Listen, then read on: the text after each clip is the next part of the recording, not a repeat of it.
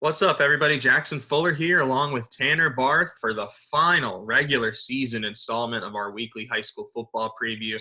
Don't worry, we'll have these for the playoffs for as long as we've got a local team involved. But Tanner, how are you doing? It's been a kind of a crazy year. We had one team not quite make it to the end of the year, but still thankful we had football in some way this school year. How are you doing today, sir?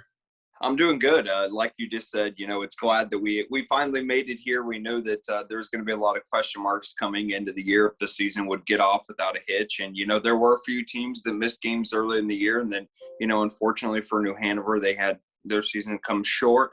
But I'm glad we've made it to this point, finish the year with some good games and see if we can't have a couple of local teams make a run here in the playoffs. Definitely. Before we like to dive into the football, we like to kind of take a look back at last week and shout out some teams outside of the gridiron. I think we should do both in one. Shout out to the Hoggard football team. No game this week. We're not going to preview anything, but ran away with the Mideastern Conference this year, 7-0 record. Finished off the season with a 49-3 win over South Brunswick on Monday night. Tanner and I were both at that game, and Tanner, I think just the Vikings, Hoggard was Hoggard this year. Great defense, ran the ball, took care of it with the at the quarterback spot, and really the class of the MEC all year long. Yeah, you said it yourself right there, Jackson. The only game we saw them look sloppy in really this year was the New Hanover game, and that was one of those games, the first of the year. We expected both teams to look rough offensively, and they did in that game for a majority of it. But then from that point on, that 19-14 or 19-13, whatever whatever the final was, they've been absolutely dominant. They've ran the football, played fantastic defense. They, look like a team that could definitely make a deep run. And, Craig Underwood said the other day, it's all about preparation. And now they have a weird, situation because they played on Monday night. Now not again until next Friday. So he's going to maybe give them a few days off and, get them back in here ready to rock and roll. So it should be interesting to see. Yeah, it was. I think they'll enjoy those days off. I mean, I think Jackson King, Desmond Fuller, some guys on the defense, where they were limping around at times. South Brunswick, yeah, but you play two games in the span of like 5 days. That's going to happen. Now they get some time to rest, recover, and like Coach Underwood told us, that 4A playoffs is going to be absolutely loaded. So they're going to have probably going to have a very tough opponent in week one. So, but also I want to shout out Hoggard softball and boys tennis, two of the bigger wins in our area across any sport. Recently, the softball team beat Topsail on Thursday night to stay undefeated in the MEC, and the boys tennis team beat New Hanover on Monday, I believe, to stay undefeated in the MEC. So all good times for the Vikings athletic department right now, and they've got the class of the MEC in a variety of sports so far. So. But, well, let's get into it, Tanner. Let's set the lines for anybody that hasn't watched. I know we got a pretty loyal following of people that tune in every week. But if you haven't watched, we pretend we're the Las Vegas bookies, giving gambling spreads for the local MEC games every week. And let's start off with Ashley at Laney this week. Two Wilmington schools trying to close the season with a win. Laney got their first victory of the season last week, beating North Brunswick 20-7. Ashley led against South Brunswick late, but the Cougars rallied for a 30-21 win to keep Ashley winless on the year. I think these are two teams that, despite their records, are optimistic about their future. Not really this year, but the next 3-4 years. I think they both like their head coaching situations and what could happen, as long as the development continues. I'm going to go Laney minus 6.5. I think a touchdown feels right there. I think the Buccaneers getting off the skid last week will give them confidence heading into this Wilmington rivalry game. What do you think, Tanner? Yeah, I was going to go something very similar. I'm going to go Laney, though, 4.5. I think, we give them the 3 for being at home, but then I think, they're, at least on paper, you would say they're probably a half point to, 3.5 points better than Ashley High School is. So I'm going to go Laney 4.5. And if you're just now joining us, Jackson said, we've been doing this all season, but we do not encourage or, to actually go out and bet on these high school football games. But, hey, to each their own.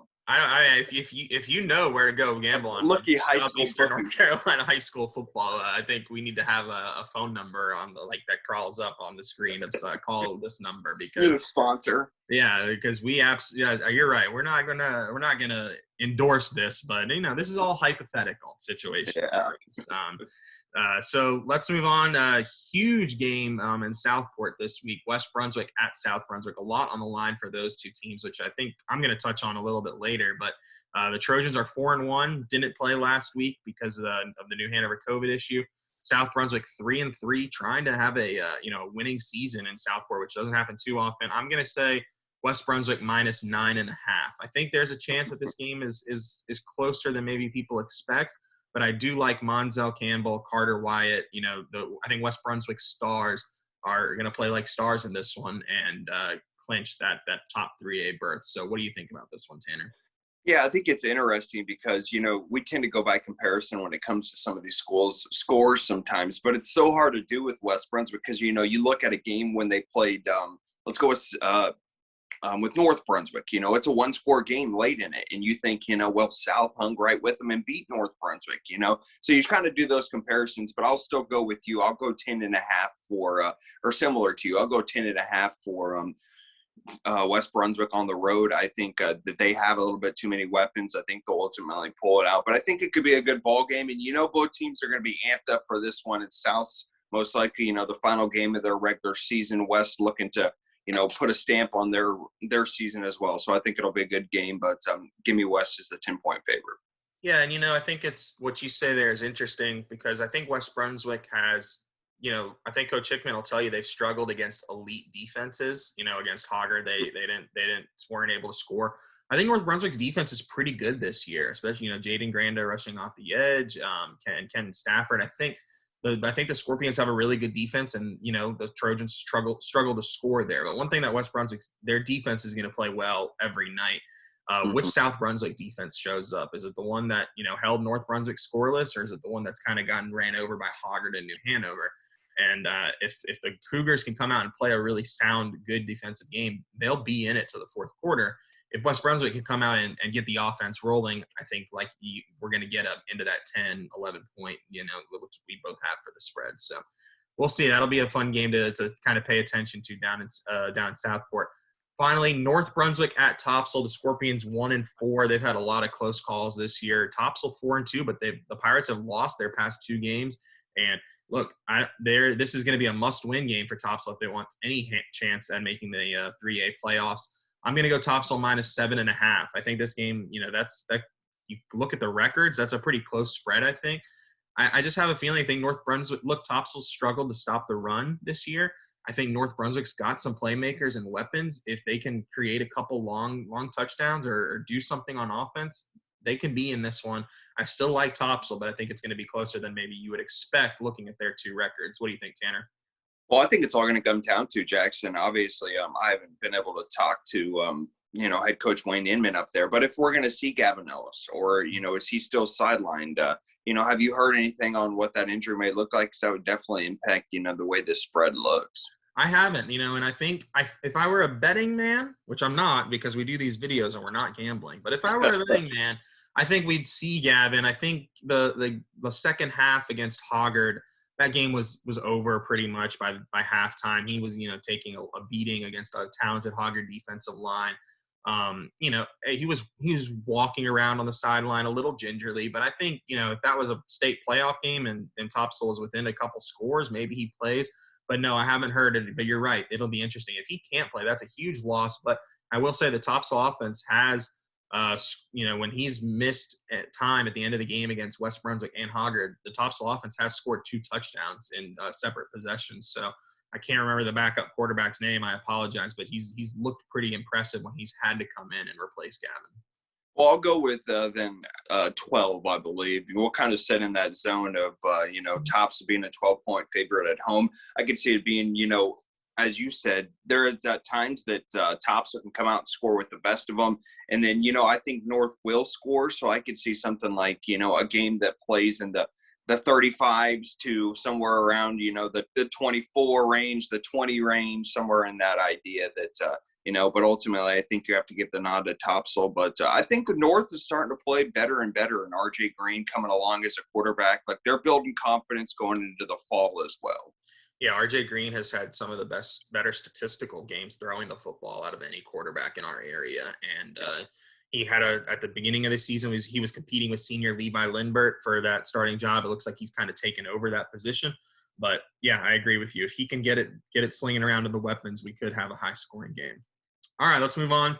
We're going to close this show with the biggest question and one bold prediction. I'll already tell you, Tanner, I've got 2 bold predictions, but we'll wait for that. The biggest question coming into this week, I'll start. Mine is, who is going to make the 3A playoffs and who is going to be the automatic berth? Right now, it's West Brunswick's got control. All they have to do is beat South Brunswick, and the Trojans will be the MEC 3A champions. But if West Brunswick somehow falls in that game and gets upset and Topsail wins, both teams would have 2 losses. West Brunswick would have a win over Topsail. But because of this strange year and Topsail playing 1 extra game, would have 1 more win, half a game ahead in the standings. Topsail would be the automatic 3A berth into the MEC playoffs.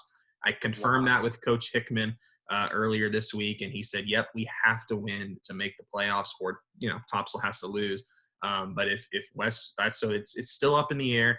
I think West Brunswick's the favorite in their game, so as long as they take care of business, they'll be in the playoffs. But it'll be interesting to see who gets that auto berth. And look, if Topsail goes 5-2, there's still a chance they get left out of the playoffs. I was looking at Nick Stevens' high school football projections for the playoffs over at High School Overtime. They do such a great job, and he had Topsail on the outside looking in right now. So the Pirates are going to need to win and get some help to make the playoffs. Tanner, what's your biggest question coming into the week? Well, now you got me thinking about your biggest question, Jackson.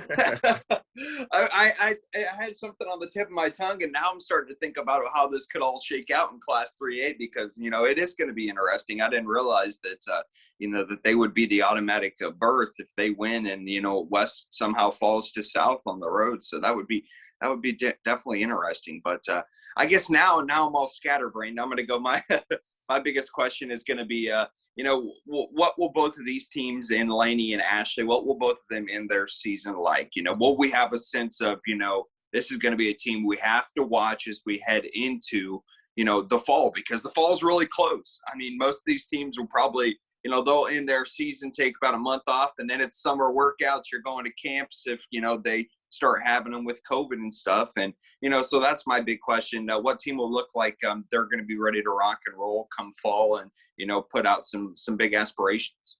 I like that. I mean, I think we kind of talked about those 2 teams last week a little bit, and you nailed one of your bold predictions. Yeah. One of the winless teams was going to get their first victory, and we almost had them both getting in. And I think you look at both of those programs, they're obviously not happy with, their combined record of 1-10 or 1-11, something like that. But they've got to be, I hope they're still optimistic for the future. I mean, Laney, new coach, they've struggled the past 2 years. This is a weird season, but they're starting to show signs of life. And Ashley, look, they've been competitive in almost every game this year. And that's, that's a good sign. I think moving forward next year, you're going to get some guys from that talented JV team moving up, and another year of experience under Wilson Helms. So, all right, bold prediction time. I'm diving back into the well this week. The same exact prediction I had week 1 of the regular season. Ty Little, 3 passing touchdowns this week. He didn't do it in week 1. A lot's changed since then. I think the Laney offense finds a little bit of a groove this week against Ashley. 3 passing touchdowns, but I'm also going to throw a little bonus sprinkle on Monzel Campbell having 2 rushing touchdowns in the West Brunswick game against South Brunswick. I think I honestly, I was thinking about this as I was kind of putting together the script this week for our video. I haven't talked enough about Monzel this year. He's been the West Brunswick offense has been better than it was last year, and he is the difference maker for that. So Monzel Campbell, 2 rushing touchdowns this week as the Trojans try to secure a 3A automatic berth. Tanner, what's your bold prediction for the week? I think so. I'm going to go a couple of different little prop bets here with you. Give me Wyatt. Why did my mind just go blank? Carter Wyatt. Give me Carter Wyatt. 10.5 over tackles against South Brunswick. Also a sack to his name. Okay. So we'll see. And then as a team, I want to go. Laney will put up 3 touchdowns, but it'll be on the ground. Wow. Okay. I'll So flip I it don't on think both you. of us. I don't think they're going to score. I don't think Laney scores 6 touchdowns this week. So one of us will definitely be wrong. But I saw them run the football quite a bit again in their win against North Brunswick. Had a lot of success with it. They did, and Eli Rivera had been out for a couple weeks. They're starting running back, and I think that made a huge difference for the offense against North Brunswick. And he's really good, especially in short yardage situations, just being able to find that 2 yards of space to get what the offense needs. So I like that. I think your prediction's a little safer than mine, but I'm not. That was your second. I wasn't feeling too bold on it today, Jackson. The first one's good. Carter Wyatt, 10.5 tackles and a sack. That's a lot for any football game. So yeah, awesome, Tanner. Well, give us your weekly plug. Tell us where we can find you and the content that WWAY does for high school football. Yeah, man, it's the final week of the high school football regular season, but we'll still be there with you, providing coverage from not only, teams in the MEC, but also up and down, Pender, Heidi Trask, and out west in the Three Rivers Conference every Friday night at 11 on the 5th quarter. You can check us out there. Follow me on Twitter at Tanner_Barth or WWAY Sports. And thank you all for hanging with us throughout this year. It's been a good one. I know we may lose some fans if, teams are out of the regular season. So we hope you've enjoyed our content this year. It's been fun being able to do it. Yeah, I agree. This has been a lot of fun. Shout out to Coach Hickman at West Brunswick. He texted me about a week before the regular season asking if Owen and I were still going to do these videos. And I said, Owen's moved on to greener pastures, but I'm going to try and reach out to Tanner. And I'm glad we have. This has been fun and been good to kind of sit down with you and talk high school football every week. And, exactly. We both get a sense of what's going to be coming down the hatch. And all the plans to continue this in the fall, but we still got this regular season finale this week and then high school playoffs. As long as we've got local teams, we'll have one of these videos out for you guys every week. And as always, StarNewsVarsity for us on the newspaper side, Twitter, Facebook. Follow along, have a story out this Thursday morning along with this video about what's at stake for the local teams in the final week of the regular season. So be sure to check that out. And it was a pleasure as always, guys. See you next Thursday for a little high school football playoff preview. Tanner, everybody, have a good one.